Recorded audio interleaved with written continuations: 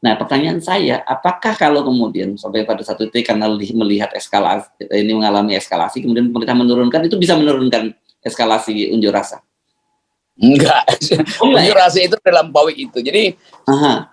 dalam teori unjuk rasa ada hal yang disebut precipitating factor. Faktor picunya memang BBM, tapi di bawah sadar publik bukan BBM sebetulnya, ini kekuasaan. Yang mesti diturunkan bukan harga BBM, tapi kekuasaan yang mesti diturunkan. Itu logikanya begitu selalu. Lain kalau Indonesia begitu atau pemerintah begitu dia turunkan, lalu sekaligus ada semacam statement ini kita turunkan ini karena luar negeri harganya turun. Sekaligus diimbangi dengan pernyataan-pernyataan bahwa oke, sebetulnya sekaligus saja diturunkan harga BBM, kita masuk dalam kompetisi yang bebas, lalu MK kasih statement, oke silahkan ajukan lagi judicial review untuk 0%, demikian juga faktor-faktor kepolisian. Kalau itu dilakukan, pasti reda. Tapi kan ini arogansi ini kan lanjut terus kan.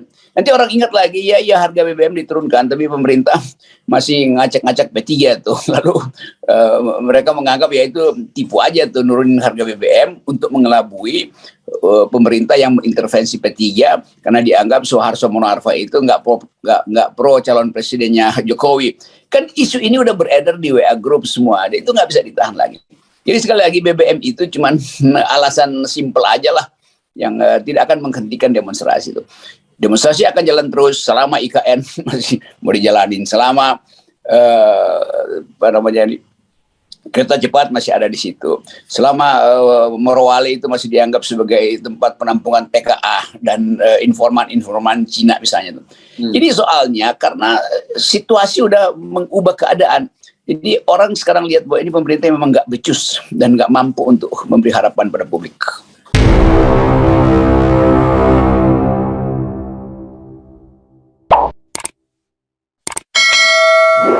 Halo, apa kabar Anda semua? Semoga selalu dalam keadaan sehat walafiat. Kita ketemu di awal pekan, di hari Senin, tanggal 12 September 2022.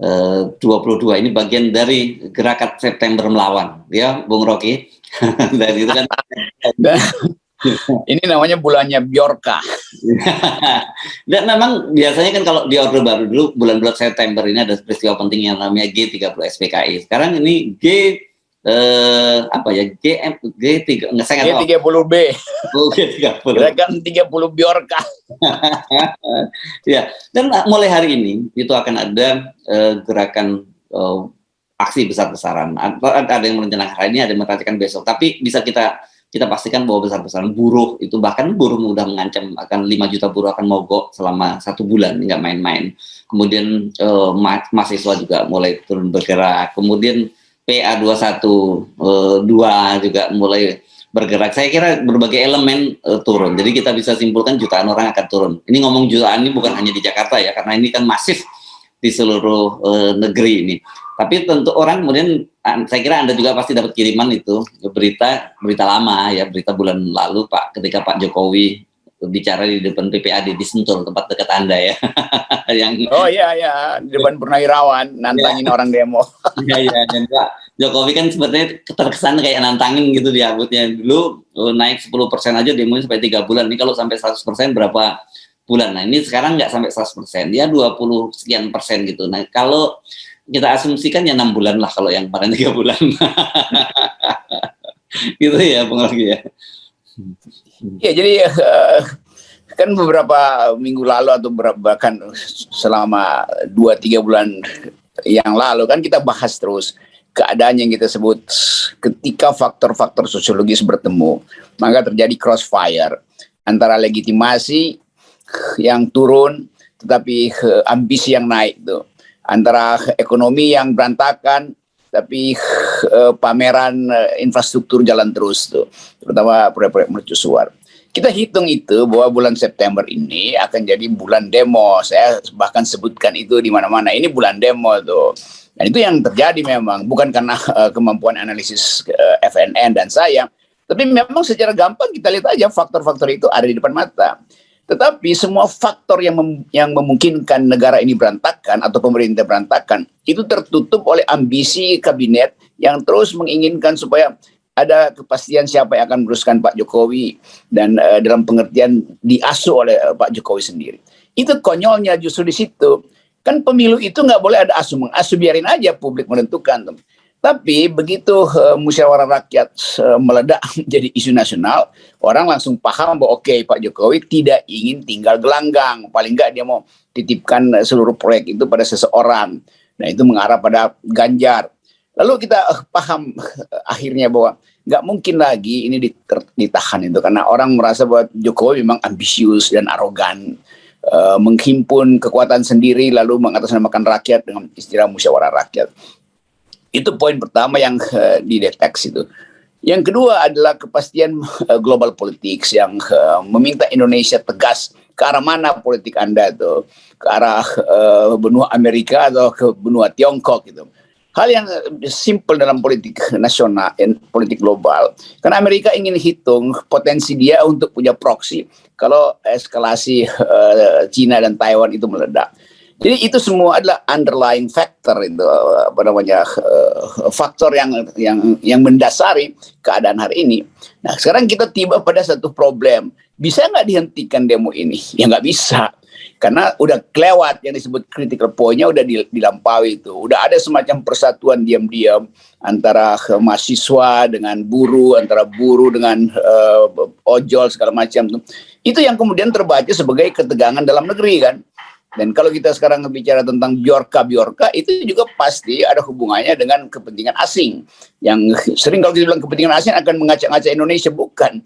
Sering kali kepentingan asing justru memperkuat gerakan demokrasi di Indonesia. Jadi terhubung antara kepentingan internasional untuk menghasilkan kawasan yang bersih dari KKN dan aktivitas menuntut perubahan politik melalui demonstrasi. Jadi kalau ada demonstrasi bukan lagi untuk BBM, tapi untuk perubahan politik. Jadi itu rumusnya begitu. Dan ya buzzer-buzzer ini kan juga masih menganggap, wah masih bisa diselamatkan. Semakin buzzer bereaksi, semakin Bjorka itu mengatakan, nih, lu mau bereaksi apa sama gue nih? Dan bantuan variabel oposisi dari Bjorka ini yang justru nambah semangat gerakan buruh. Karena nanti gerakan buruh atau gerakan mahasiswa akan anggap, oke, kita akan di backup oleh data. Karena nanti pemerintah akan bilang, mana data kalian tuh? Oke, kita bilang, tanya sama Bjorka. Oke, Bjorkanya nanti kita bahas sendiri. Karena menurut saya ini dia aksinya makin menarik ya. Dalam beberapa hari belakangan semakin ditantang oleh pemerintah, dia semakin menunjukkan kedigdayaannya gitu ya. Nah, tapi balik lagi ke soal harga BBM ini. Anda ini kan kelihatannya kalau lihat eskalasi semacam itu, mungkin pemerintah sekarang mulai berpikiran tanda tanya sudah ada, seperti disampaikan oleh Menteri SDM. Kemungkinan ketika ditanya wartawan, apakah ketika harga BBM sekarang mulai turun di pasar dunia itu juga akan menurun, gitu kan? Dan dijawab insya Allah gitu ya. Dan kalau waktu itu Pertamina ditanya, ya kalau Pertamina itu mengikuti harga pasar, tapi itu untuk bahan bakar yang jenis bahan bakar umumnya disebut JPU. Tapi kalau wilayahnya yang penugasan seperti Pertalite dan solar itu adalah wilayah pemerintah.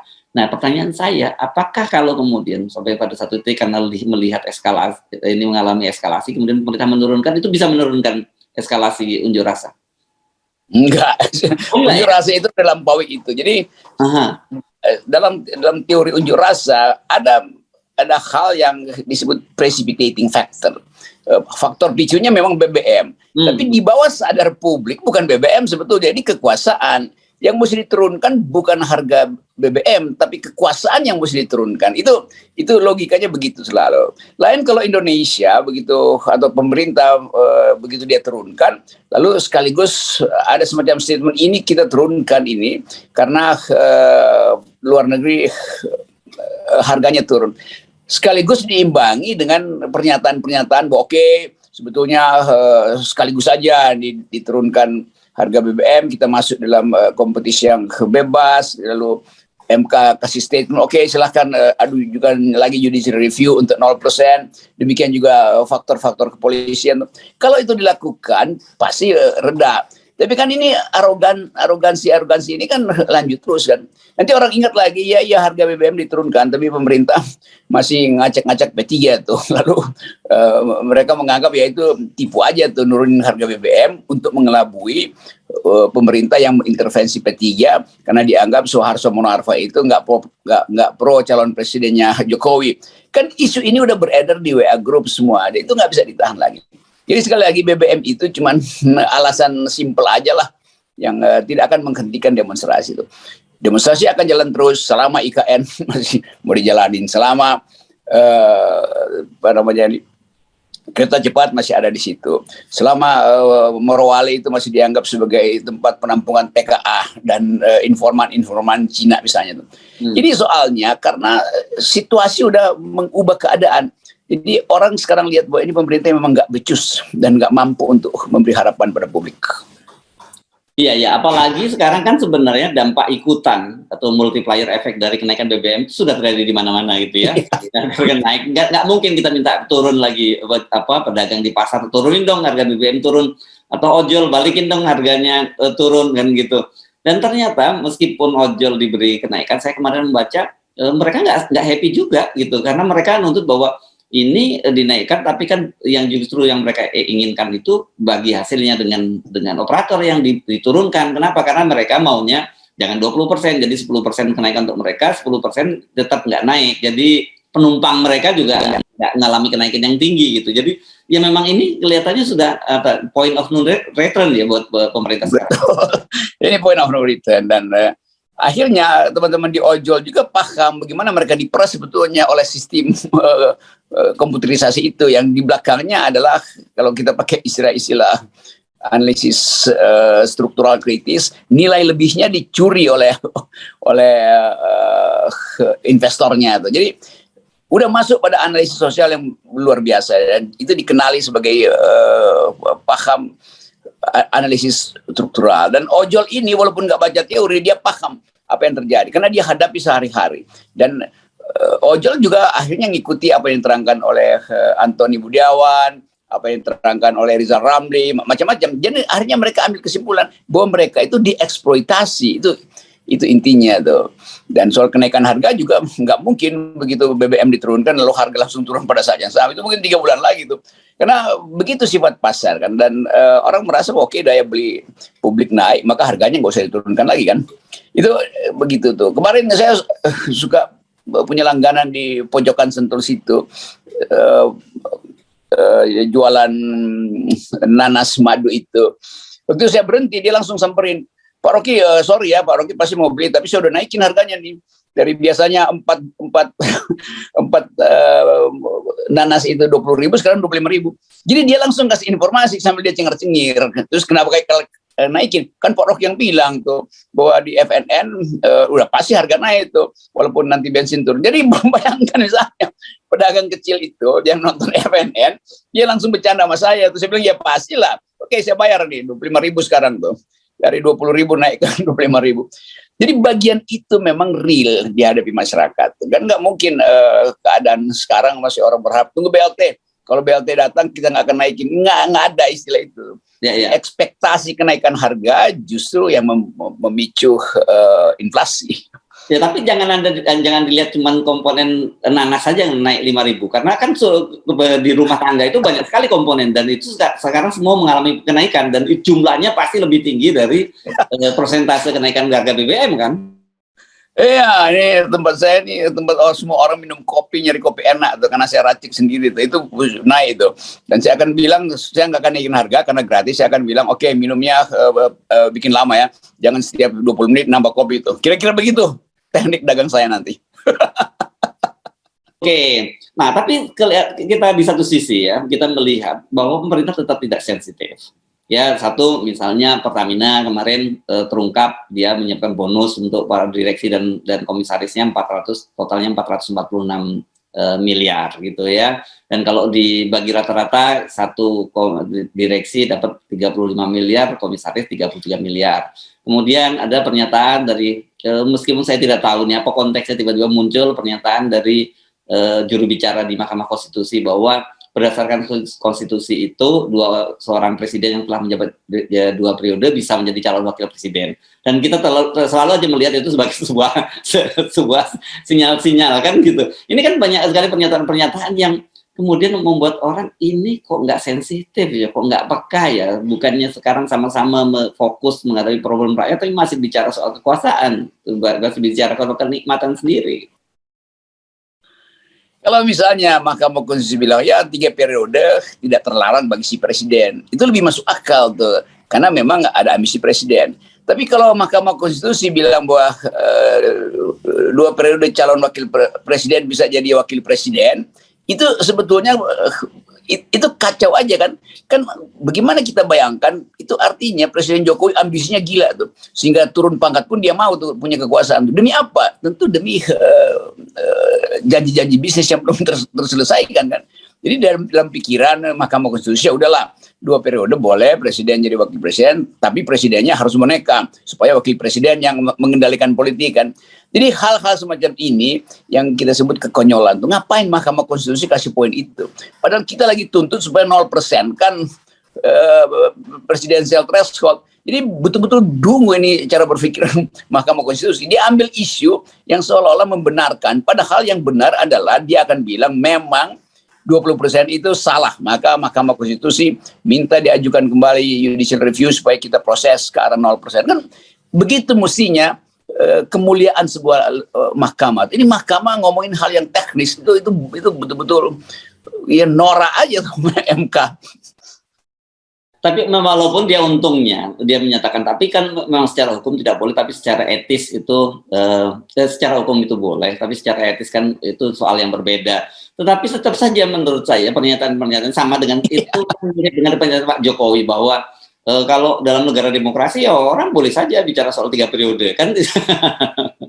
Ya itu Mahkamah Konstitusi seolah-olah udah pulih akal sehatnya, mau tegur presiden, udahlah janganlah, walaupun hukum bisa, tapi secara etis itu nggak boleh tuh. Jadi apapun komentar Mahkamah Konstitusi, kalau dia nggak bicara tentang hal substantif yang ditodongkan pada dia oleh publik, yaitu bahwa konstitusi hanya menyebutkan kompetisi bebas, bukan pakai 20% itu yang ditunggu publik. Ini mahkamah yang pengecut juga tuh, nempel sedikit-sedikit seolah-olah kasih sinyal bahwa dia masih bermutu. Mutunya mahkamah itu bakal dipujikan publik kalau dia bilang kami memutuskan untuk tidak ada threshold, itu baru bermutu tuh. Oke, jadi kembali lagi, saya kira ini ya kita mesti bersiap-siap menghadapi situasi ini, dan itu yang kita sebut selalu terjadi pemburukan di berbagai sektor ya. Karena kalau ada unjuk rasa dan kemudian diikuti dengan dengan mogok kerja, ini juga akan berdampak serius, bukan hanya kalangan untuk para buruhnya, tapi juga untuk dunia usaha. Dan yang begini-begini nggak bisa kita hindarkan lagi kan, karena ketika mereka merasa bahwa aspirasi mereka dengan hanya unjuk rasa saja tidak ditanggapi, ya harus ada langkah-langkah lebih lanjut. Dan saya kira hal yang sama juga akan terjadi para unjuk rasa pada mahasiswa. Ya itu mahasiswa dan buruh udah itu setiap malam saya webinar dengan buruh dan mahasiswa. Dan kalau saya baca psikologinya, walaupun saya terangkan hal-hal yang akademis, tapi mereka tetap tuntut bahwa ya yang diterangkan secara akademis itu adalah persiapan kita untuk menghadapi pers kalau ada pertanyaan. Tetapi gerakan buruh dan mahasiswa secara masif dalam bentuk jumlah akan turun ke jalan tuh. Jadi kira-kira ini nggak akan tertahankan dan pasti dia akan berlanjut. Dan bayangkan misalnya kalau gerakan demo ini yang pasti akan bergulir snowballing ini tiba bersamaan dengan momentum G20 itu, maka kabur semua tuh delegasi yang harusnya ada di Bali itu merasa oke, nggak ada gunanya lagi kita berkumpul di Bali, maka masing-masing delegasi bikin statement politik terhadap keadaan Indonesia itu, udah berantakan seluruh rencana yang dibuat G20 itu. Jadi sekali lagi kita balik pada hukum sejarah, pada hukum sosiologi, atau bahkan pada sunatullah kalau kita mau sedikit bermetafisika tuh, bahwa tidak mungkin satu keadaan yang dari awal itu menyembunyikan banyak kebohongan masih terus bisa menyembunyikannya sepanjang abad itu. Nggak bisa itu. Selalu sejarah itu kasih semacam interupsi. Bjorka adalah interruptor faktor dari sejarah. Lalu semua orang menanti dengan gembira sebetulnya bocoran-bocoran itu. Kalau bangsa ini tidak mengalami penistaan oleh kekuasaan, maka kita akan rame-rame uber si Bjorka, mana dia si Bjorka, ngehe lo. Sekarang semua orang justru menunggu Bjorka balik. dan itu kontradiksi dalam sejarah. Yang disebut sebagai penjahat oleh negara dianggap sebagai pahlawan oleh rakyat. Jadi kita akan, kalau Bjorka tertangkap atau tertembak, mungkin orang akan minta Bjorka ditanam di taman makan pahlawan. Secara digital. Ya, tanam makan pahlawan. Jadi biasanya kalau di beberapa lokasi di negara-negara Eropa atau Amerika Latin itu jadi santo gitu ya. Jadi orang suci dia jadinya. Nah, itu langsung disantokkan itu kan. Ini santo demokrasi yang digital, yang satu waktu mungkin satu waktu akan muncul dan orang tahu, oh ini dia tuh. Dan kita mungkin kaget-kaget tuh bahwa ternyata yang namanya Bjorka itu ada di beberapa tempat khusus di Jakarta yang lagi mantau pergerakan uang seseorang, atau tiba-tiba dia terbang ke Singapura dan bertemu dengan Bjorka yang di situ hahaha di situ sambil ngopi di Orchard Road mengatakan, oke, Indonesia udah, mari kita mainkan hari ini. Kan itu ya soalnya tuh. Ya, tapi saya kira kalau kita lihat PD-nya Pak Jokowi waktu bicara di depan purnawirawan itu, saya kira sekarang mungkin Pak Jokowi masih pede lah, kan ini baru berapa pekan ya, paling baru hitungannya ini 2 pekan lah, belum sampai 3 bulan gitu. Kita lihat staminanya Bung Rocky ya, dan kita kawal terus dengan 0%. Ya, kalau beliau pede masuk dari pintu depan istana dong, jangan dari belakang. Kok diingetin lah. 0%. Saya udah coba lupain itu. Oke, thank you. Yep.